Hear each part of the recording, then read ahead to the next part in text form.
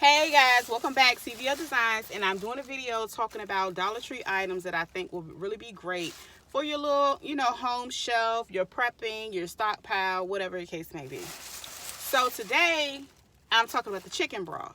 Now, yeah, I had the other chicken broth, and it was a great sale, and it was a great solution.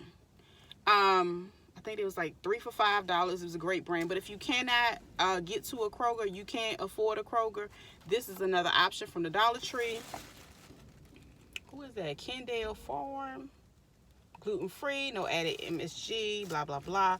Now, it is not sodium. It's not lower on sodium. So, for something like this, I probably would add more water than anything because it's already like 38% sodium.